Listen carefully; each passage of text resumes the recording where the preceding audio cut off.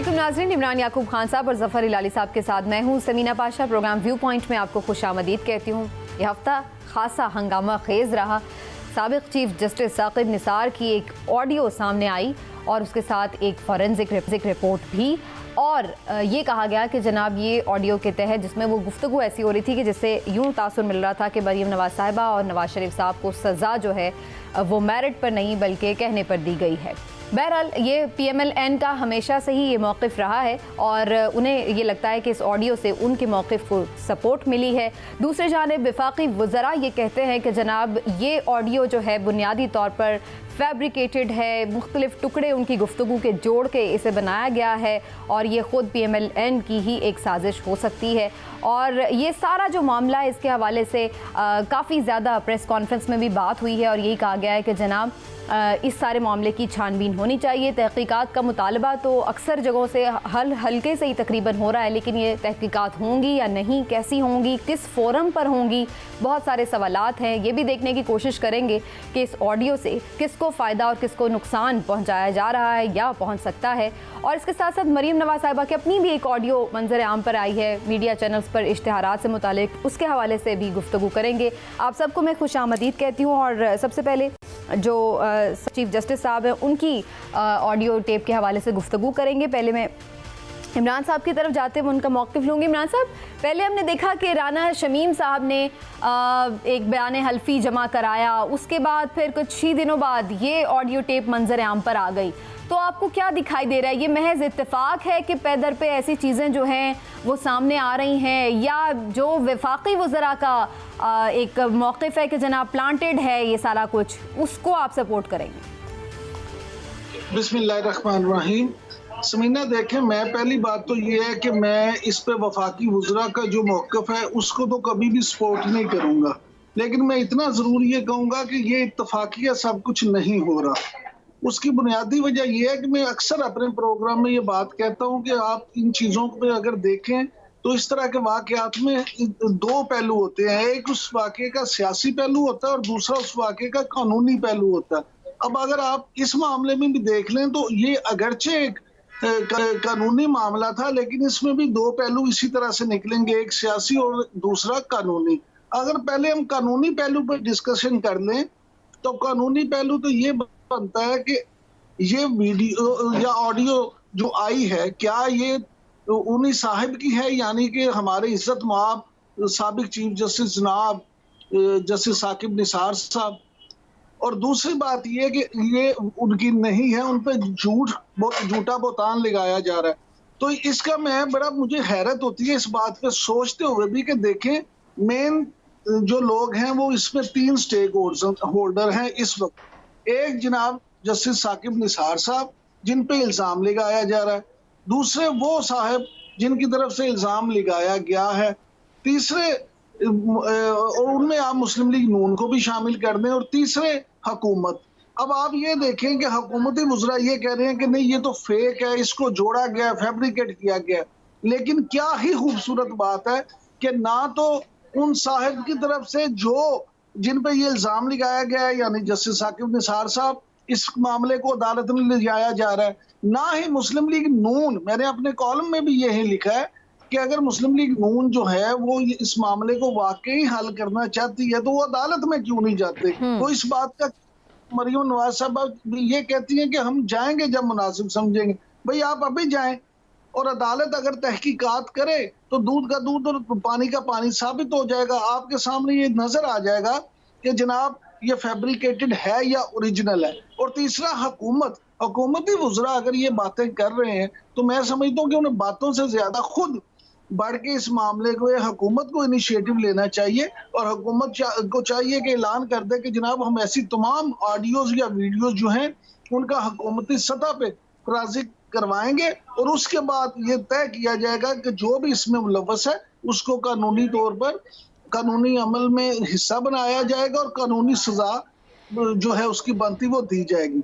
और एक अहम पहलू मजीद कि वो सहाफ़ी जिनकी तरफ से ये ऑडियो लीक की गई है, सामने लाई गई है, वो इस बात पे मुज़र हैं और उनकी तरफ से एक सर्टिफिकेट भी पेश किया जा रहा है कि जनाब ये देखिए अमेरिका का एक मुस्तनद इदारा है, वहां से मैंने इसका बाकायदा फोरेंसिक टेस्ट करवाया और उसके बाद ये ऑडियो मैंने इसके बारे में ये न्यूज दी और ये ऑडियो दी है। तो ये मामला बिल्कुल है तो सादा, लेकिन ये तीनों फरीक मिलकर इसको न जाने हल करने पे तैयार नजर नहीं आ रहे। सही है, चलिए मैं जफर इलाली साहब का भी इस पे पॉइंट ऑफ व्यू लेती हूँ। इलाली साहब, आपको भी लग रहा है ये कोइंसिडेंस है या फिर आपको लग रहा है ये कोई प्लांटेड कार्रवाई है कि पैदर पे ऐसी चीजें सामने आ रही हैं जो कि PMLN के नैरेटिव को सपोर्ट कर रही हैं? देखिए, आप तंग नहीं आ गई हैं इस फियास्को का? ये लॉलीवुड फार्स है, ये लाहौर की फिल्म इंडस्ट्री का फार्स है। नवाज शरीफ चाहता है कि उसको ब्रिटेन में ठहरे दे, असाइलम उसने मांगा है, वापस नहीं आना चाहता है, पता है उसको पकड़ा जाएगा, जेल में जाएगा, तो कह रहा है मुझे मत भेजो, मुझे मत भेजो, मुझे असाइलम इधर दे दो। आखिरी दिन था 19 नवंबर, उस वक्त तक उसको अपना प्ली को सबमिट किया। तो 19 नवंबर के पहले सडनली वाह ऐसा निकल आया कि चीफ जस्टिस पाकिस्तान ही इसके एक्स चीफ जस्टिस इसके खिलाफ है। वही है जो सब इस मामले का ये है, उसको कभी इंसाफ नहीं मिलेगा। वाह वाह वाह वाह, यह सीधी सादी बात है जो इमरान ने कहा है। ठीक है, तुम समझते हो ये बात है तो ले जाओ अदालत में, उनको दे दो टेप और वो देख लेंगे वो टेप ऑथेंटिक है कि नहीं, बात खत्म। अगर आप उनको नहीं मानते हैं, मगर आपको मैं बताऊंगा क्या होगा जब जिधर भी वो जाके टेस्ट करेंगे, इन लोग पैसे देके एक और रिपोर्ट निकल लाएंगे कि नहीं ये नहीं, is not definite proof. For example कहा जा रहा है कि ये टेप अगर आप ले जाएं जो जोड़ा हुआ है वो तो ठीक है, लोगों को पता चल जाएगा, मगर अगर जोड़ा हुआ टेप का टेप बना है वो फिर उन लोगों को नहीं पता चलेगा कि उसमें ये किस्म की चीज है। तो देखिए ये सब बकवास है।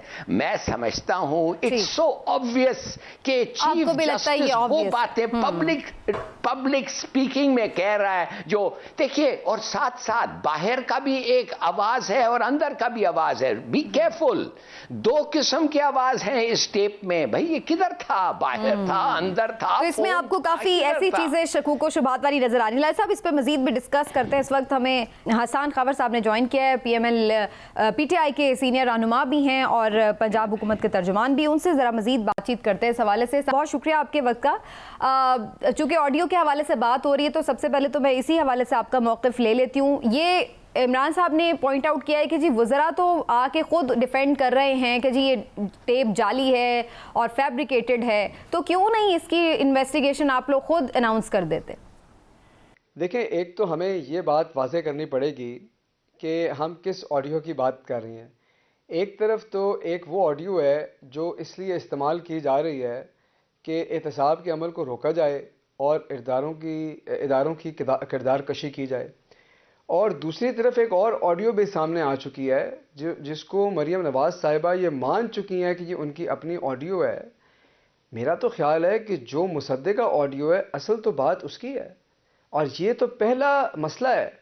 क्योंकि आप मुझे ये बताएं कि एक ऐसी खातून जिसके पास कोई सरकारी ओहदा नहीं था, जिसकी पार्टी सारा दिन ये नारेबाजी करती है कि फ्रीडम ऑफ स्पीच, अपने दागदार माजी को भूल के कि उन्होंने अपने दौर में जर्नलिस्ट के साथ क्या किया, वो भूल के अब वो फ्रीडम ऑफ एक्सप्रेशन और फ्रीडम ऑफ स्पीच की बात करते हैं, और उनकी एक ऑडियो सामने आती है कि कैसे वो अपना ज़ाती असर व रसूख इस्तेमाल करके मीडिया को कोर्स कर रही हैं। आप उनकी रेटिंग्स निकाल के देखें चैनल को और ये देखें कि वो क्या कह रही हैं।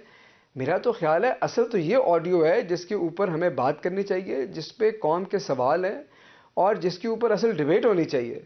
आप गवर्नमेंट हैं, आपके पास तो दोनों ऑडियोज़ मौजूद हैं, उस पे भी उनके अपने जो है वो समझता है वो ठीक है, तो उनके भी शकूक व शुबहात दूर कर दीजिए। और ये वाली ऑडियो भी बिल्कुल इम्पॉर्टेंट है, इस पर तो खुद जो सहाफ़ती तंजीमें हैं उनकी जानिब से भी आ रहे हैं बयान, तो ये भी आपने ही कार्रवाई करनी है। बेसिकली तो गवर्नमेंट आप हैं, तो आप पॉइंट स्कोरिंग करेंगे या फिर कार्रवाई भी करेंगे?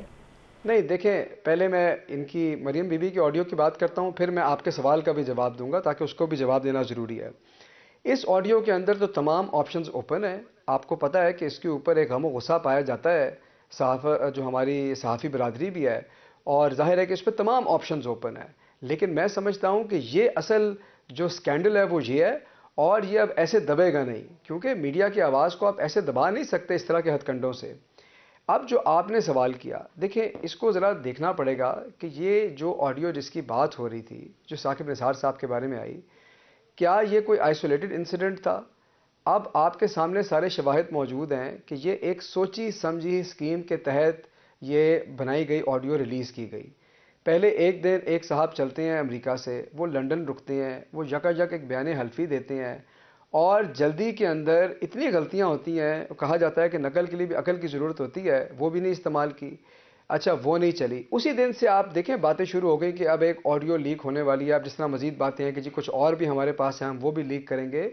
तो ये बात बड़ी क्लियर थी कि ये जो भी कर रहा है ये साजिश कर रहा है, क्योंकि वरना अगर कोई गैर दानिस्ता लीक हो जाए तो उसका तरीका और होता है। ये लोगों के पास थी और ये ब्लैकमेल किया जा रहा था, एक बात। दूसरी बात ये है कि जो जमात इसकी अलम बरदार है, वो हमें पता है कि उनका इदारों के साथ क्या रवैया रहा है, और ये तो पाकिस्तान की पूरी तारीख जो है वो गवाही देती है कि उन्होंने कभी किसी ना इदारे को साथ लेके चला है और उन्होंने हमेशा इदारों की तस्दीक की है, और इदारों के साथ जो उनका रवैया था वो सबके सामने है। तो इसकी ज़रूरत नहीं आपको महसूस होती? इस जो साबिक चीफ जस्टिस की ऑडियो वाला मामला है उसको आप प्रॉब करने की ज़रूरत महसूस नहीं कर रहे? नहीं, मैं आपको उस पर आता हूँ कि हम क्यों नहीं ज़रूरत महसूस करें या करें, मैं उस पर आता हूँ। अच्छा, तीसरी बात यह है कि इससे फ़ायदा किसका? जो सबसे बड़ी वो फ़ायदा, देखें फ़ायदा उसका है जो एहतसाब के अमल में झगड़ा हुआ है और जो जजों को ब्लैकमेल करना चाहता है ऐसी बात करके, ताकि इदारों की बेशक इज़्ज़त मिट्टी में मिल जाए, बेशक जजों की इज़्ज़त मिट्टी में मिल जाए, लेकिन वो किसी तरह कानून के गिरफ्त से बच जाए। अच्छा, अब बात यह है कि इस तरह के जो लोग होते हैं वो एहतसाब से बचने के लिए किसी भी हद तक जा सकते हैं। वो हर रोज़ एक नई कोशिश करेंगे कि कौम की तवज्जो और हुकूमत की तवज्जो एहतसाब से हट के इधर उधर लग जाए। हमारा ये काम है कि हमने अपनी नज़र जो है ना मंजिल की तरफ रखनी है, और हमारी मंजिल है एहतसाब, हमारी मंजिल है करप्शन के ख़िलाफ़ जंग, और हमने उससे पीछे नहीं हटना। अगर उनके ख्याल में उनके पास कोई ऐसा एविडेंस है जो उनकी बेगुनाही साबित करता है, तो they are more than welcome to present it in a court of law. लेकिन तो अभी इंतजार करेंगे कि वो ही लेके जाएं। हसन खावर साहब, इमरान साहब आपसे कोई क्वेश्चन शायद करना चाह रहे हैं। जी इमरान साहब। देखिए समीना, हसन साहब बड़े पढ़े लिखे आदमी हैं, मैं इनकी बड़ी जाती तौर पे, लेकिन मैं सारी जो इन्होंने गुफ्तगू की है उससे ये नतीजा अगर अखज़ करूं कि ये भी आपका सवाल बार बार गोल जरूर कर रहे हैं। ये नहीं कह रहे। मेरा सिर्फ एक कि क्या किसी भी जज के खिलाफ कोई कार्रवाई करने से या कोई तहकीकात करने से इदारों की जो साख है वो तबाह होगी या इदारों की साख बहाल होगी? हम ये क्यों खुद से अखज़ कर देते हैं कि किस शख्स को हम इदारे से बड़ा बना देते हैं, और हम ये अखज़ कर लेते हैं कि अगर इसके खिलाफ कोई तहकीकात की गई या इन्हें किसी तहकीकात का हिस्सा बनाया गया तो खुदा न खास्ता इदारा धर्म से नीचे आ जाएगा और इदारे के खिलाफ साजिश हो जाएगी। हसन खावर साहब ने बड़ी अच्छी बात की। मरियम नवाज साहबा की जो ऑडियो सामने आई है, मैं बतौर सहाफ़ी और इनसे, क्योंकि ये हुकूमती तर्जुमान है, ये मुतालबा करता हूँ कि ये बगैर कोई एक सेकंड ज़ाया किए हुए मरियम नवाज के खिलाफ हर तरह की कानूनी कार्रवाई करें, और जो भी कानून के मुताबिक सजा बनती है उन्हें कानून के कटहरे में लाया जाए, क्योंकि आइंदा कोई और बंदा इस तरह की जुर्रत ना करे कि बगैर कोई ओहदा के, किसी ओहदे के, बगैर किसी उस चीज के। वैसे तो ओहदेदारों को भी ये जुर्रत नहीं करनी चाहिए कि अपनी पसंद की बिना पर इश्तहारात की तकसीम की जाए, लेकिन मेरे नजदीक मरियम को अगर ये मंतकी इंजाम तक पहुंचाना चाहते हैं तो उसके खिलाफ कार्रवाई करें, लेकिन उसका मतलब ये नहीं कि जस्टिस साकिब निसार साहब जो माशाल्लाह बड़े बाइज्जत और बावकार जज थे, उनके खिलाफ सिर्फ ये बात कह के कोई कार्रवाई ना की जाए और तहकीकात ना की जाए कि जनाब। बल्कि इमरान साहब आपकी बात को आगे बढ़ाते हुए हसन खावर साहब, जैसे आप बात कर रहे थे कि जी वो इनके खिलाफ साजिश हो रही है अदलिया के खिलाफ सिर्फ एहतसाब से बचने के लिए, तो फिर तो अच्छा है कि उनकी बाजी को उन्हीं पर पलट दिया जाए, आप लोग खुद तहकीकात करवा दें ताकि इदारों की साख भी बहाल हो और ये लोग झूठे साबित हो जाए। अच्छा, देखिए ये आपने जो सवाल किया इमरान साहब ने बड़ी मुनासिब बात की। जो दूसरी बात इन्होंने की है, पहले मैं उसकी बात कर लेता हूँ। बिल्कुल इनकी बात सही है। इस बात को मिसाल बनना चाहिए कि जो लोग मीडिया के साथ खेलते हैं, जो लोग अपने मज़मूम एजेंडाज़ के लिए सहाफ़त के साथ ये खेल करते हैं, उनको एक मिसाल बनाना चाहिए और हमें इस केस को ऐसे छोड़ना नहीं चाहिए। मैं बिल्कुल इमरान साहब की बात से मुत्तफ़िक हूँ। जो पहले इमरान साहब ने कहा, मैं समझता हूँ उस बात की वजाहत करना ज़रूरी है, क्योंकि इमरान साहब ने कहा कि मैंने शायद आपका सवाल गोल किया। मैं सवाल का जवाब गोल करने में जी मैं यकीन नहीं रखता, तो बसद एहतराम मैं आपको ये कहना चाहता हूँ कि आप मेरे ख़िलाफ़ अगर अदालत में एक केस चल रहा हो और मैं अपने केस को भूल के दाएं बाएं से चीज़ें निकलवाऊं कि देखो फलाना ये कह रहा है, वो ये कह रहा है, आपका ये काम है कि आप कहें कि नहीं, अगर तुम समझते हो कि ये एडमिसिबल कोई चीज़ है तो तुम ले आओ और इससे तुम्हारी बेगुनाही पर रोशनी डलती है। अगर नहीं डलती तो तुम्हारा केस से हमने नहीं हटना, हमारी मंजिल बड़ी क्लियर है। ये दाएं बाएं की बातें करना और ये मुनासिब नहीं है। और मैं आपको बताऊं कि इससे ये होगा जो आपने सवाल किया ना कि हम अगर ये कराएं, तहकीकात कराएं, ये डिलेइंग टैक्टिक्स हैं। उनकी कोशिश क्या है? उनकी कोशिश ये है कि इस प्रोसेस को इतना डिले किया जाए और इसकी क्रेडिबिलिटी पे इतने सवाल उठाए जाएं कि वो किसी ना किसी तरह कानून की गिरफ्त से बच जाएं। इस तरह की ऑडियो तो टुकड़े जोड़ के तो ये हर हफ्ते एक नहीं निकालेंगे, हम हर हफ्ते एक विषय बना के। हिलाली साहब से फिर पूछ लेती हूँ कि हिलाली साहब फिर इसका क्या किया जाए? इस तरह की चीज़ों को आने दिया जाए और फिर बस हर सियासी जमात उस पर अपने मुताबिक पॉइंट स्कोरिंग करती रहे, या फिर आप समझते हैं कि इसको प्रॉब करके एक दफ़ा मामला क्लियर कर देना चाहिए? मैं एग्री करता हूँ खावर साहब से। This is to divert attention, ये अटेंशन को डाइवर्ट करना है और एफर्ट को भी बाईपास कर। देखिए सीधी सादी बात ये है, अगर ये वाकई सच होता तो क्या करता है एक आदमी? चुपके से जाके कोर्ट को कहता है ये ले लें जी, मैं कोई शोर शार नहीं करना चाहता, ये है एक एविडेंस जो मुझे आया है, मेहरबानी से आप दखल कर दें और मेरे तरफ से जो फौरन जो एक्शन लेना चाहिए करें, और ये मेरा वकील है और हम एक केस खोल रहे हैं। गिव द डॉक्यूमेंट, गिव दी, वो टेप दे ना उनको। ये दिया कुछ नहीं है, शोर मचा रहे हैं जिधर से बैठे हुए हैं। This is their game. तो ये ठीक कह रहा है Khawar, they have discovered their game. अच्छा, अब जो ये मरियम साहिबा की ऑडियो है उसके हवाले से भी बड़ी बात हो रही है। इमरान साहब, आपका इस पर क्या टेक है? आपने हसन साहब से तो ये रिक्वेस्ट की है कि इसको तहकीकात भी की जाए उस तरह, लेकिन आप समझते हैं कि ये जो सियासी जमातें हैं जब ऑपोजिशन में होती हैं तो उनके उस वक्त इन्हें आज़ादी सहाफ़त बड़ी अच्छी लग रही होती है, बड़े वो उसके नारे भी लगाते हैं, अलंबरदार बन जाते हैं, लेकिन हुकूमत में आके कोई सूरत हाल बदल जाती है। क्या ख्याल है आपका? समीना, हमारा अलमिया ये है, देखें कि सिर्फ मुस्लिम लीग नून की तो बात नहीं है। आप पाकिस्तान पीपल्स पार्टी को देख लें, आप इवन पीटीआई को देख लें, यहाँ भी हसन साहब को शायद मेरी बात बुरी लगे, लेकिन यहाँ भी एक गैर मुंतहिब लोगों का पूरा जमगठा लगा हुआ है जो इन चीजों को देख रहा है। अगर आप देख लें ये चीजें वफाकी हुकूमत में हो या पंजाब हुकूमत में, चले इस पे बाद में आते हैं, पहले मरियम नवाज साहबा की डिस्कस कर लेते हैं। मुझे आप ये बताएं कि मरियम नवाज साहिबा जो हैं उनका बड़ा सियासत में मुकाम होगा, वो मुस्लिम लीग नून की बड़ी रहनुमा भी हैं, वो क्राउड पुलर भी हैं। हो सकता है मुस्लिम लीग के मुताबिक वो फ्यूचर में कभी उनकी वजीर आजम भी इस मुल्क की उम्मीदवार हों, लेकिन क्या जिस हैसियत में उन्होंने 4 चैनल्स के इश्तहारात बंद किए, उस वक्त कोई मुल्क का कानून आइन उन्हें इस बात की इजाजत देता था? उस वक्त उनकी क्या हैसियत थी? उनकी हैसियत ये थी कि वो वजीर आजम पाकिस्तान जनाब मियां नवाज शरीफ की साहबजादी थी। और क्या यही सिर्फ क्राइटेरिया ठीक था उनके इस काम के लिए? पहले तो ये भी बात होनी चाहिए कि किस हैसियत से उन्हें वजीर आजम हाउस में मीडिया सेल का इंचार्ज बनाया गया था और मीडिया सेल को किस हैसियत से वो मॉनिटर कर रही थी, और फिर वो क्या कानूनी हैसियत थी जिसके तहत वो मीडिया सेल तमाम मीडिया के इश्तहारात को कंट्रोल कर रहा है। और अरबों रुपए का मामला था, बिल्कुल सही, और वो अवाम का पैसा था यकीनी तौर पर। बिल्कुल, आपका बड़ा जबरदस्त क्वेश्चन है इमरान साहब। मैं जरा हिलाली साहब का भी इस पर टेक लेना चाहूंगी, आपने बड़ी इंपॉर्टेंट बात की है।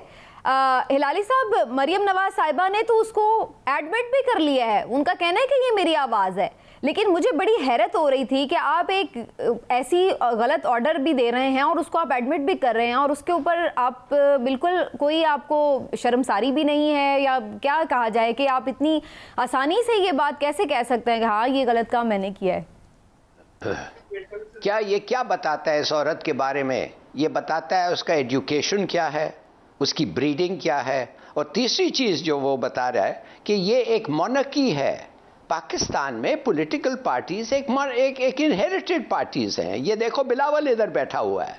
तो ये जो है, ये सब चीजें, ये कितने डिसग्रेसफुल चीजें हैं। अगर और मैं सिर्फ आई एंड बाय सेइंग, ये जो 18 बिलियन रुपया इसने बांटा है, इससे वापस ले लें। ये तो लेना है, जरूरी है, गवर्नमेंट के पैसे हैं ना। किसके पैसे? पार्टी के पैसे। ये तो नहीं आने वाला है लाल साहब। पहले कौन से पैसे वापस आ गए? मैं एहसान खबर साहब से पूछती हूं। तो फिर नहीं, तो मेरे और आपके पैसे हैं, मेरे और अगर आपके पैसे हैं तो बताएं। बिल्कुल, तो आपकी बात तो आपकी 100% दुरुस्त है, 100% दुरुस्त है, लेकिन हमने कभी आते देखे नहीं है। एहसान खबर साहब, आप ये सुन रहे हैं लाली साहब क्या डिमांड कर रहे हैं, और क्या हम उम्मीद रखें कि ये पैसे कम से कम कहीं वापस मिल जाएंगे, या कोई इनको प्रॉब करके कोई इस पर कार्रवाई हो सकेगी? मैं हिलाली साहब की बात पे आता हूँ, लेकिन जो पहले आपने सवाल किया ना, मैं 1 सेकंड उस पर लेना चाहता हूँ। आपने ये कहा कि मरियम नवाज साहिबा ने जो ये मान ली कि ये उनकी वीडियो है, ये क्या जाहिर करता है? ये जाहिर करता है एक पाकिस्तानी सियासतदान की दीदा दलेरी, जो कि ये जानती हैं कि हमारे मुल्क के अंदर 2 केसों के अंदर उनके ख़ानदान के ऊपर उंगलियां उठी, उनको सज़ाएं हुई, और आज उनके वालिद लंदन में बिल्कुल मज़ेदार ज़िंदगी गुजार रहे हैं, और वो भी कानून को अपने हाथ में लेकर दिन रात लेफ़्ट राइट सेंटर से वीडियोज़ निकलवा रही हैं। ये जाहिर करता है कि उनको पता है कि इस मुल्क में वो कानून के साथ खेल सकती हैं, और वो जो चाहे चीज़ मान जाएं, वो कानून की गिरफ्त में नहीं आएंगी। ये वो चीज़ है जिसको बदलना ज़रूरी है, और ये वो चीज़ है जिसको बदलने के लिए पाकिस्तान तहरीक इंसाफ की हुकूमत आई है। और अगर हम इसको बदल गए तो हिलाली साहब की ख्वाहिश भी पूरी हो जाएगी, और उनकी ख्वाहिश बड़ी जायज़ है। ये जिस 18 अरब की बात कर रहे हैं, ये उनकी मिल से नहीं निकला, ये मेरे और इनके टैक्स के पैसे से निकला है। तो क्या इनकी ये ख्वाहिश नाजायज़ है कि वो 18 अरब वापस दें, बल्कि जो अरबों रुपया गया है वो वापस लाएँ? तो मेरी आवाज़ इनकी आवाज़ में मैं हम आहंग हूँ इनके साथ, और मेरी ये दुआ है कि खुदा करे वो तमाम रुपया जो पाकिस्तान से लूट के लोग लेके गए हैं, हमारे इदारे इस काबिल हों, हमारे सबूत इतने ज़्यादा हों कि हम उन पैसों को इस मुल्क में वापस लाएँ। बिल्कुल सही है। इमरान साहब, ये फरमा दीजिए, आपकी नज़र में ये जो चीज़ें सामने आई हैं, बयान हलफी हो, अरशद मलिक की वीडियो हो, अब साबिक चीफ जस्टिस की ऑडियो का मामला हो, और जिस तरह से एक निजी टीवी चैनल ने उसकी सारी वो खोल के बताई भी कि कैसे उसको जोड़ा भी गया है मुख्तलिफ तरीक़ों से, जो उनकी अपनी एक इन्वेस्टिगेटिव रिपोर्ट थी, इन सारी चीज़ों से PMLN को फ़ायदा हुआ है या उल्टा नुकसान ही हो गया है कि ऐसे आप चीज़ें सामने लेके आए हैं जो कि उल्टा झूठी गलत साबित हो रही? अगर हुकूमत कुछ ना कर सकी, माजी की तरह सिर्फ दावे किए गए, माजी की तरह सिर्फ बढ़के मारी गई, माजी की तरह सिर्फ यही कहा गया कि हम नहीं छोड़ेंगे, हम करप्शन की लूटी हुई एक एक पाई वापस लाएंगे, इनके हलक से निकालेंगे, और अमलन 1 रुपया भी वापस ना हो सका, तो फिर मुस्लिम लीग इसका सियासी फायदा होगा, और मुस्लिम लीग नून आने वाले इलेक्शन में ये मौका बनाएगी कि देखें ये तो हमारे खिलाफ सिर्फ नारे लगाते थे, अगर हमें कुछ होता तो ये हमसे निकालते, हमें साबित करते, तो हम तो इनके इंतकाम का निशाना बने। बिल्कुल सही है जी। हिलाली साहब, आपका इस पे क्या आर्ग्यूमेंट है? इससे इन्हें फायदा हो रहा है इन चीज़ों के आने से, या नुकसान हो रहा है PMLN को? देखिए, जब आप ये सवाल पूछते हैं तो you have to keep the public in mind कि हमारा पब्लिक जो है वो किस किस्म का पब्लिक है। तो मैं आपको बताता हूं वो किस किस्म का पब्लिक है। 74 करोड़ रुपया डिफॉल्ट में शहबाज शरीफ रमजान शुगर मिल से कोर्ट के सामने कल पेश हुआ। 74 करोड़, ये डाउट, ये डिस्प्यूट नहीं कर रहा है कि मुझे नहीं देना है, वो मान गया है कि इन्होंने कर्ज लिया था 74 करोड़, मान गया है कि मैंने वापस नहीं किया, और कोर्ट पूछ रही है कब करोगे, और ये बहाने पे बहाने दे रहा है। चलिए वो तो पार फॉर द कोर्स है, मगर जब बाहर आप देखें तो फूल लेके 2000 लोग खड़े हुए हैं। माने एक आदमी जो कह रहा है कि मैंने लिया, वापस नहीं दिया, वक्त नहीं दे रहा है, टाइम नहीं है, बहाने बनाना है, उसको फूल बरस रहे हैं उसके ऊपर। यह है आपकी कौम।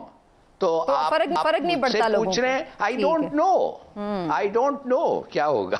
अच्छा, तो आपको नहीं लगता है कि इससे कोई फर्क पड़ता है कि कौन सच कह रहा है कौन झूठ कह रहा है? लेकिन क्या हसन खावर साहब आप समझते हैं, इमरान साहब तो ये कह रहे हैं कि ये फिर गवर्नमेंट ऑफ द डे को ही प्रूव करना पड़ेगा फाइनली कि जी कौन सच कह रहा है कौन झूठ कह रहा है। इसके लिए मरियम नवाज साहिबा के मामले पर तो आप लोगों ने एक कमेटी भी बना दी है जो रिपोर्ट तैयार कर रही है, लेकिन अब दूसरा जो मामला है साबिक चीफ जस्टिस का, उस पर भी फिर कुछ कर लीजिए ताकि एक दफ़ा क्लैरिटी से आवाम को आप सामने ले जाके बता तो सकें कि ये देखिए ये तहकीकात के बाद ये चीज़ साबित हुई है। देखिए, इस बात पे तो मैं आपको मौक़िफ़ अपना दे चुका हूँ, लेकिन जो इन्होंने बात की है ना, इन्होंने कहा कि ये नारेबाजी ना हो, ये पैसे वापस लाएं। मैं ये समझता हूँ कि अगर आप नेक नियति से कोई काम करते हैं तो ये बड़ी अच्छी चीज़ है। अल्लाह करे कि हमें उस तरह के रिज़ल्ट्स मिलें, अल्लाह करे कि वो रकम हम वापस लाएं, लेकिन हम नताइज की परवाह किए बग़ैर, क्योंकि हमें पता है कि हमारी मंजिल ठीक है, हम उसकी तरफ बढ़ेंगे। और अगर आप समझते हैं कि ये एफ़र्ट करना गलत है तो हम इस गलती का खमियाजा भुगतने को तैयार हैं, लेकिन हमने अपने रास्ते से पीछे नहीं हटना, हमने कोशिश करते रहना है कि हम पैसे लाएं। और दूसरी बात जो आपने की ना कि इससे उनको फ़ायदा हो रहा है या नुकसान है, बदकिस्मती से ना मसला ये है कि हमने अपने मुल्क की सियासत को ना स्टॉक मार्केट बना दिया। हम रोज़ का रेट देखते हैं कि आज सियासत का इंडेक्स किसका ऊपर गया और किसका नीचे गया है, और ये जिन लोगों की हम बात कर रहे हैं ये सियासी सट्टाबाज हैं। ये तो रोज़ 4 पॉइंट गेन करने के लिए इस तरह का स्कैंडल क्रिएट करते हैं। बात यह है कि ये करप्शन और करप्शन के ख़िलाफ़ जंग की बात है, रोज़ का ग्राफ ऊपर नीचे होने की बात नहीं है। ग्राफ तो इनका ज़ाहिर है कि इससे इनकी क्रेडिबिलिटी नीचे हुई है, लेकिन हमारा मकसद ये नहीं है कि इनके पॉलिटिकल पॉइंट स्कोरिंग करके 2 पॉइंट नीचे पॉपुलैरिटी गिर जाए। मकसद ये है कि आवाम को ये समझ आए कि इनका बयानिया एहतसाब से बचने के लिए है, चाहे ये अपने करप्शन के एजेंडा पर चलते रहें। और करप्शन एक ऐसा बॉन्ड है जो पूरी अपोजिशन को मुत्तहिद रखता है। अवाम का मुफाद के ऊपर ये सब टुकड़ों में बटे होंगे, लेकिन जब करप्शन की बात आएगी आप देखेंगे कि ये सारे के सारे बिल्कुल इकट्ठे हो जाएंगे, और यही वो चीज़ें जो उनको मुत्तहिद रखती है। वैसे तो हम ये भी सुन रहे हैं कि कुछ मज़ीद भी ऑडियोज़ वीडियोज़ हैं पाइपलाइन में और आ सकती हैं, तो फिर आप लोग तैयारी कर लें। अगर इन चीज़ों को किसी मंतकी अंजाम तक ना पहुंचाया तो फिर ये फैलता ही चला जाएगा सारा मामला, और ये फिर बड़ा अफसोसनाक होगा इदारों के लिए। देखिए, बदकिस्मती है ना, इस मुल्क में पगड़ियाँ उछालना आसान हो गया है ना। कोई भी लड़का कोई भी बच्चा कंप्यूटर पे बैठ के 4-5 चीज़ें बनाएगा और जिसकी मर्ज़ी आप पगड़ी हवा में उछाल दें और ये कर दें, जिससे उसको फ़ायदा पहुंच रहा है उसके ऊपर कोई जिम्मेदारी डालना नहीं चाहता। हम पूरी दुनिया पे जिम्मेदारी डालते हैं, लेकिन नहीं। आप मुझे बताएं कि जब ये इनकी ऑडियो आई तो किसी ने ट्विटर पे मजाक से मियां नवाज शरीफ की एक ऑडियो बनाई उनकी अपनी बातें जोड़ के, जिसमें वो अपने आप को बुरा भला कह रहे हैं। अब अगर हम ये मुतालबा कर दें कि मुस्लिम लीग नून एक तहकीकाती कमीशन बना दे कि ये ऑडियो असली है, सबको पता है कि जाली वीडियो है, तो ये लोग आवाम से खेल तमाशे करते हैं। और अनफॉर्चुनेट लोगों का ख्याल है कि हमें इन खेल तमाशों में लग जाना चाहिए और अपने मकसद से पीछे हट जाना चाहिए। हम इंशाल्लाह पीछे नहीं हटेंगे। ठीक है, बहुत बहुत शुक्रिया आपका हसन खावर साहब, आज आपने हमें वक्त दिया हमारे शो पे, पहली दफ़ा शिरकत की, बहुत शुक्रिया आपका। नाज़रीन, एक ब्रेक लेते हैं, देखते हैं ऑडियो वीडियो का मामला जो है यहीं पर रुकता है या फिर अभी मज़ीद फैलता है, नई कुछ चीज़ें सामने आएंगी और उससे क्या होगा देखना बड़ा ज़रूरी है। लेकिन बारीक बात इसमें यही है कि रियासत और जो रियासती इदारे हैं उनकी क्रेडिबिलिटी है, लोगों का उन पर एतमाद है, ये एतमाद किसी सूरत भी ख़राब नहीं होना चाहिए वरना एनार्की हो सकती है। एक ब्रेक लेते हैं नाज़रीन, ब्रेक से वापस आते हैं तो बात करेंगे कराची के नस्ला टावर की, जिसके हवाले से ऑलरेडी जो चीफ जस्टिस ऑफ पाकिस्तान उनकी जानिब से बड़ा कैटेगोरिकल है कि जनाब डिसीजन इसको गिराना है, लेकिन आज वहाँ पर क्या कुछ हुआ, बड़े ही दिल दहलाने वाले मनाजिर भी देखे। इस पर तफसील से बात एक ब्रेक के बाद।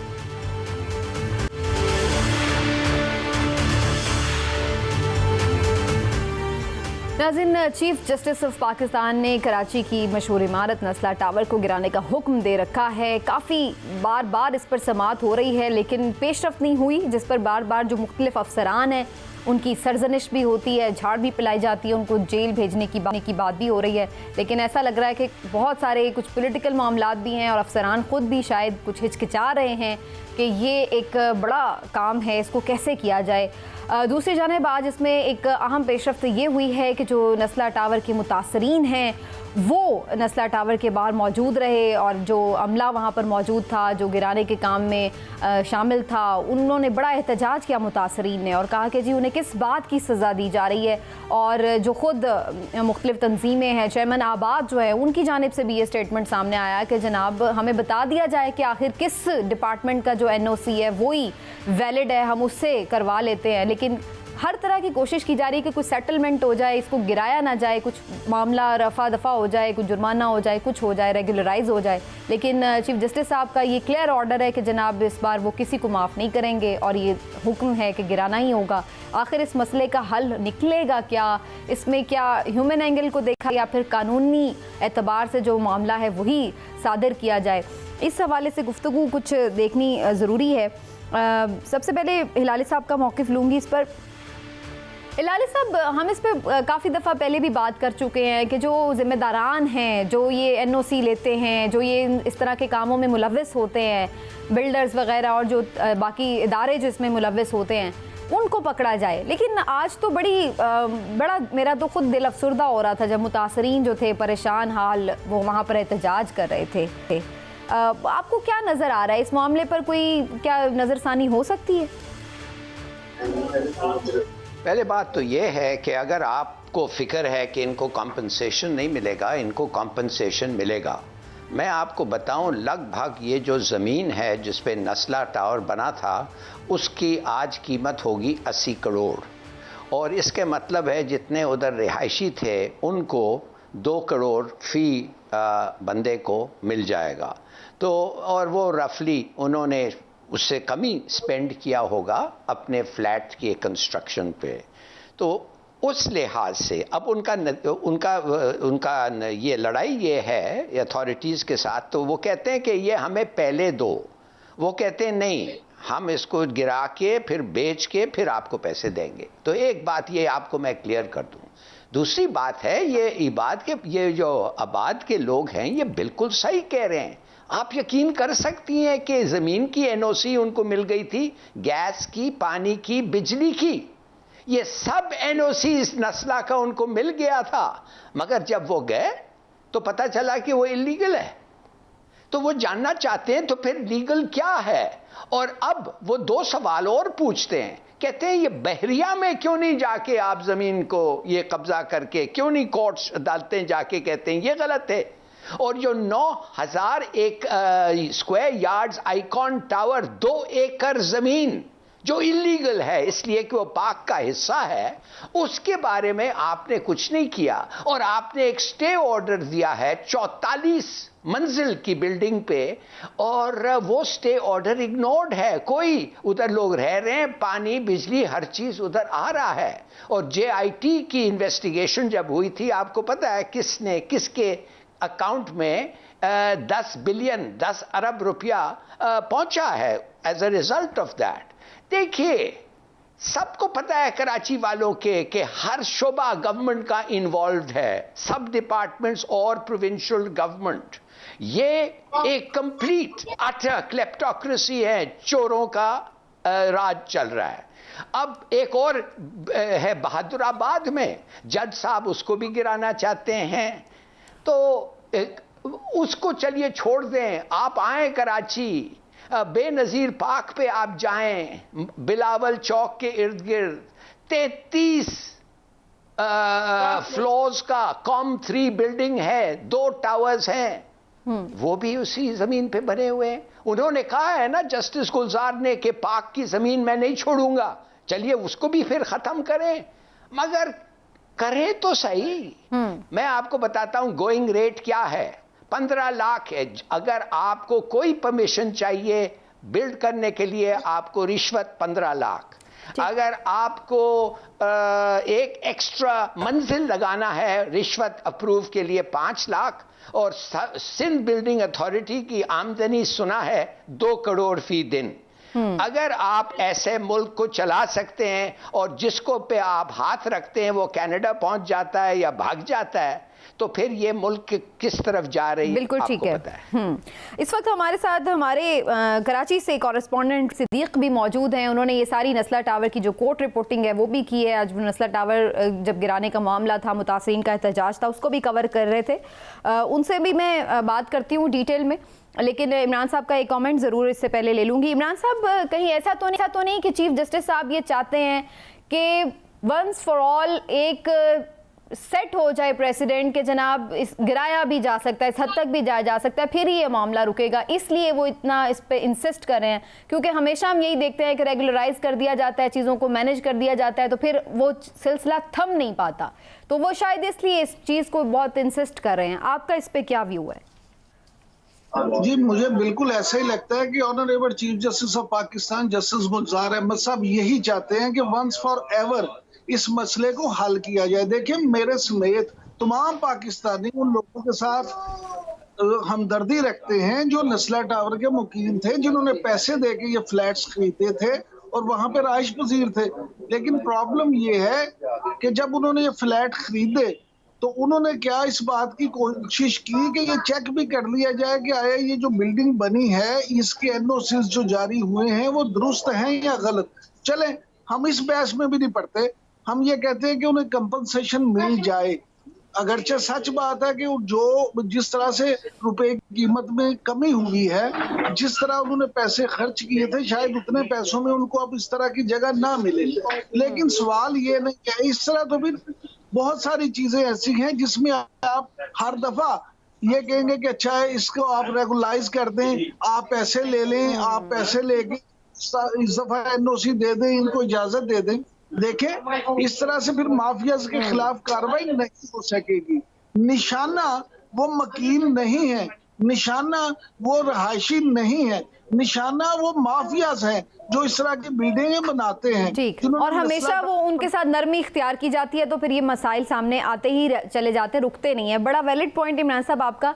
मैं ज़रा राशिद से भी इस पर पॉइंट ऑफ व्यू लूँगी और सारी सिचुएशन का ज़रा अच्छे से जायज़ा भी लेते हैं। राशिद, पहले तो आप ये बताइए कि आज यहाँ पर एहतजाज जो हुआ है, जबकि मुतासरीन को ये कह दिया गया है कि उनको कंपनसेशन मिलेगी और अच्छी हैंडसम अमाउंट मिल रही है, तो फिर मुतासरीन किस बात के लिए एहतजाज कर रहे हैं? जी देखिए, मुतासरीन के साथ जो एसोसिएशन बिल्डर्स और डेवलपर्स है आबाद, उनका ये एहतजाज था, वो ज़्यादा यकजहती के लिए यहाँ पहुंचे थे। और आबाद के जो चेयरमैन है मोहसिन शेखानी, उन्होंने गुज़िश्ता शब ही इस हवाले से अपना एक वीडियो पैगाम रिकॉर्ड करवाया था जो कि सोशल मीडिया पर रिलीज किया गया। उसमें वाज़ेह तौर पर उनकी जानिब से कहा गया था कि वो आज से न सिर्फ अपना बल्कि जो कराची में आबाद के मेंबर्स हैं उनकी जानिब से जो भी शहर में तामीराती प्रोजेक्ट चल रहे हैं जिसकी तादाद 2000 से जायद बताई जाती है, उस पर काम बंद कर देंगे और नस्ला टावर पहुंचेंगे जहां वो अपना एहतजाज रिकॉर्ड करवाएंगे। एहतजाज रिकॉर्ड करवाने यहाँ पहुंचे तो पुलिस की जानिब से इनको रोका गया। मोहसिन शेखानी जो कि तमाम तरह एहतजाज को लीड कर रहे थे, वो जब आगे बढ़ने की कोशिश की गई उनकी जानिब से, तो पुलिस ने बाकायदा तौर पर उन पर लाठी चार्ज किया, आंसू गैस की शेलिंग की, जिसके बाद मामला बिगड़ गया। और जैसे जैसे आबाद के मेंबरान और जो तामीराती प्रोजेक्ट्स पर उनके मातहत काम करने वाले लोग हैं जिनकी तादाद लाखों में बताई जाती है, उन तक ये बात पहुंची, क्योंकि सोशल मीडिया के जरिए बात बहुत तेजी से फैल जाती है और फिर तमाम इलेक्ट्रॉनिक मीडिया ने जो है वो एहतजाज वो तो वहाँ पे काफी बदमज़गी हुई। लेकिन राशिद, जो मेरा सवाल बुनियादी कि वो चाह क्या रहे हैं? पैसे तो उन्हें मिलेंगे, कॉम्पनसेशन है, सुप्रीम कोर्ट इसमें गारंटर है, उनका इमीडिएट इस वक्त डिमांड क्या है, उनकी क्या चाह रहे हैं वो? देखिए, कंपनसेशन के हवाले से सुप्रीम कोर्ट गारंटर नहीं है। सुप्रीम कोर्ट ने कमिश्नर कराची को जो हुक्म दिया है कि मुतासरीन जो इसमें रिहायशी है उनको अल्टरनेट दिया जाए। अल्टरनेट के हवाले से जो इस बिल्डिंग का बिल्डर है उसकी जानिब से पूरा प्लॉट जो इस बिल्डिंग के 46 मकीन है उनके नाम कर दिया गया है, या उसके हवाले से जो भी एफिडेविट है वो तैयार कर लिया गया है। ये पूरा प्लॉट जब खाली हो जाएगा तो वो उनके नाम हो जाएगा, उसके बाद ही जब बिकेगा तो तमाम मुतासरीन में मसावी रकम तकसीम कर दी जाएगी। लेकिन असल जो इश्यू है आबाद, ये जो भी लोग हैं अब इस हवाले से एहतजाज कर रहे हैं, देखिए अदालत का काम रिमार्क्स देना नहीं, फैसले करना है। और जिस फैसले का जो सबसे बड़ा फरीक है यानी कि सिंधी मुस्लिम सोसाइटी, उसको एक बार भी नहीं सुना गया। तो ये तमाम तर जो पॉइंट है, अब जैसे जस्टिस, ये आपने बड़ी इंपॉर्टेंट बात की राशिद। मैं एक ब्रेक की तरफ मुझे जाना है, मैं ब्रेक लेके वापस आती हूँ तो जरा मैं खास तौर पर फोकस करूंगी कि कोर्ट में इस सिलसिले में क्या कार्रवाई हुई है और आगे ये केस किस समत में जाता नजर आ रहा है। नाज़रीन, एक छोटा सा ब्रेक के बाद वापस आते हैं, डिस्कशन को आगे बढ़ाएं।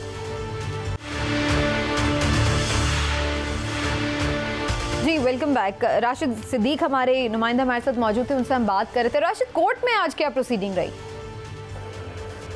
जी देखिए, कोर्ट में भी जब सुप्रीम कोर्ट कमिश्नर कराची ने रिपोर्ट पेश की तो उस रिपोर्ट पर भी भ्रामि का इजहार किया गया और जो नॉन टेक्निकल तरीके से नस्ला टावर को तोड़ा जा रहा था उस पर भ्रामि का इजहार किया गया। लेकिन इस तमाम तर सूरत हाल से जो सबसे बड़ा एक सवाल ये उठ रहा है कि हमने सबने देखा कि कई सालों बाद साकिब निसार की ऑडियो साबिक चीफ जस्टिस वो लीक होती है और एक उनका फैसला मुतनाज़ा होता है। तो सालों बाद मुतनाज़ा फैसले तो हमने सुने, लेकिन एक हालिया फैसला ही जो है वो मुतनाज़ा हो गया। वो सिर्फ इस बुनियाद पर कि जिस बुनियाद पर मौजिज़ अदालत ने फैसला दिया है कि नासला टावर को जो इजाफी जमीन दी गई है वो गैर कानूनी है। तो जिस लोगों ने ये जमीन अलॉट की है उनके खिलाफ अदालत ने क्या कार्रवाई की? कोई इस तरह के अहकामात ना तहरीरी ना जबानी मौजिज़ अदालत की जानिब से दिए गए? और क्या आया सिंधी मुस्लिम सोसाइटी को सुना गया? बिल्कुल नहीं सुना गया। 1.5 साल के दौरान हमने तमाम तर पेशियों में देखा कि सिंधी मुस्लिम सोसाइटी को एक बार भी इस मामले में नहीं सुना गया, जबकि अदालत जो भी होती है इस्लामी कवानीन के मुताबिक भी और दुनियावी कवानीन के मुताबिक तमाम फरीकैन को सुनने के बाद कोई फैसला सुनाती है। तो जो सबसे बड़ा बुनियादी फरीक था इस मामले में सिंधी मुस्लिम सोसाइटी को, उसको एक बार भी नहीं सुना गया। अदालत ने नासला टावर को तोड़ने का फैसला साबित फरमा दिया। तो ये आपको लग रहा है कि इस वक्त इस पर लोगों के तहफ़्फ़ुज़ात हैं। चलिए, शुक्रिया आपका राशिद। इस बारे में आपसे मजीद भी हम अपडेट्स लेते रहे वाले दिनों में भी। शुक्रिया आपका। लेकिन हिलाली साहब, आपको क्या लग रहा है कि अब इसका क्या फ्यूचर होगा? ये नासला टावर फाइनली गिरा दिया जाएगा और बिल्डिंग्स भी गिराई जाएंगे? क्या आप फोरसी कर रहे हैं? हाँ, ये गिरा दिया जाएगा इसलिए कि उन्होंने कहा है कि इसको गिराओ और ये खिड़कियाँ विड़कियाँ दरवाजे सब निकाल दिया है। मेरे ख्याल में ये बिल्कुल गिरेगा, ये तो कोई there is no doubt about it. बस इंशाल्लाह उन लोगों को अपने पैसे मिल ले। और दूसरी बात है, ये सिंध बिल्डिंग अथॉरिटी जिसके पास ना इनके पास अथॉरिटी है ना ये कंट्रोल है, मेरे ख्याल में बेहतर है इसको ख़त्म करो। और माफ़ करिए, जब तक ये लोग जो रिश्वतखोरी इधर चल रहा है इस लेवल पे कि आपको मैं बता नहीं सकता हूँ, जब तक ये ख़त्म नहीं होगा मेरे ख्याल में हमारा ठीक है प्रोविंस तो छोड़ें, हमारा मुल्क की भी रुख ठीक नहीं होगी। बिल्कुल ठीक है। इमरान साहब, अभी आपने राशिद की भी बात सुनी होगी कि जो फैसला आया है उसमें इन अफसरान के खिलाफ किसी किस्म की कार्रवाई के बारे में कोई डायरेक्शन नजर नहीं आ रही है। तो क्या सिर्फ टावर को गिरा देने के लिए ही हमेशा के लिए ये रास्ता बंद होगा, या फिर जब तक कि इनके खिलाफ कार्रवाई नहीं होगा कि ये मामला नहीं सेटल होगा? देखिए, मैं तो समझता हूँ कि ये गिराना सिर्फ हल नहीं है, इसको आप जरूर गिराएं ताकि एक मिसाल बने। लेकिन असल में उन अफसरों के खिलाफ कार्रवाई होनी चाहिए जिन्होंने ये एनओसीज जारी किए या 2 नंबर जारी किए या पैसे लिए, रिश्वत ली और उसकी बिना पर ये किया। और मैं समझता हूँ कि ऐसे जो वहां पे बिल्डर्स हैं खास तौर पे उनके खिलाफ ये जरूर कार्रवाई होनी चाहिए। और अगर वो बिल्डर्स आबाद को या इस तरह की ऑर्गेनाइजेशंस को इस्तेमाल कर रहे हैं अपने बचाव के लिए, तो हुकूमत को या अदालतों को इसका दबाव बिल्कुल नहीं लेना चाहिए। और ये मामला जिस स्पिरिट के साथ इज्जत माफ जनाब चीफ जस्टिस ये कर रहे हैं, उस स्पिरिट को बहाल रखते हुए ये फर्ज बनता है वाला अदलिया का कि वो मुअज़्ज़ज़ जज साहबान इस अमल को यकीनी बनाए कि इस घिनौने काम में मुलव्वस तमाम लोग कैफरे किरदार तक पहुंचे।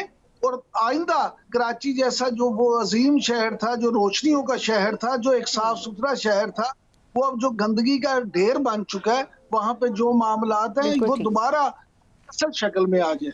बिल्कुल सही। तो आपके नज़दीक सिर्फ टावर को गिराना हल नहीं है, बल्कि जब तक कि उन अफसरान के खिलाफ, उन डिपार्टमेंट्स के खिलाफ कार्रवाई नहीं होगी जिन्होंने इस सारे में हिस्सा डाला, जो शरीक जुर्म रहे, उस वक्त तक बात नहीं बनेगी। नाज़रीन, आज के प्रोग्राम का वक्त खत्म हुआ। देखते आने वाले इस हवाले से क्या फ़ैसला करती है अदालत। वैसे तो वाज़ेह फ़ैसला आ चुका है, लेकिन क्या इसमें मज़ीद कोई गुंजाइश है या नहीं, आने वाले दिनों में फ़ैसला देखेंगे। लेकिन इसके साथ साथ ये भी देखना ज़रूरी है कि जो मुख्तलिफ सियासी जमातें उनका इस पर क्या मौक़िफ़ रहा है। इस वक्त तो यही नज़र आ रहा है कि मुख्तलिफ सियासी जमातें शायद नस्ला टावर को गिराने की हामी नहीं है, लेकिन क्या ये खुद सियासी जमातें इस अमल का हिस्सा नहीं रही, ये एक सवालिया निशान है जिस पर बात करनी बड़ी ज़रूरी है। नाज़रीन, आज के प्रोग्राम से इतना ही। इंशाल्लाह फिर आपसे मुलाकात होगी। अल्लाह हाफ़िज़।